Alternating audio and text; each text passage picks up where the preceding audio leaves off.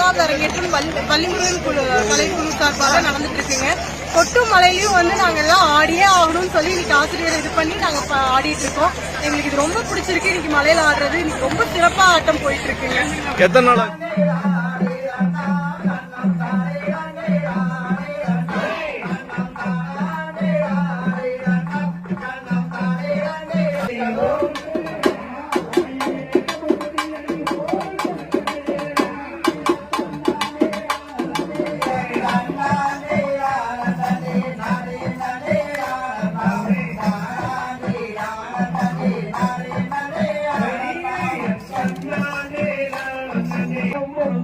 முருகா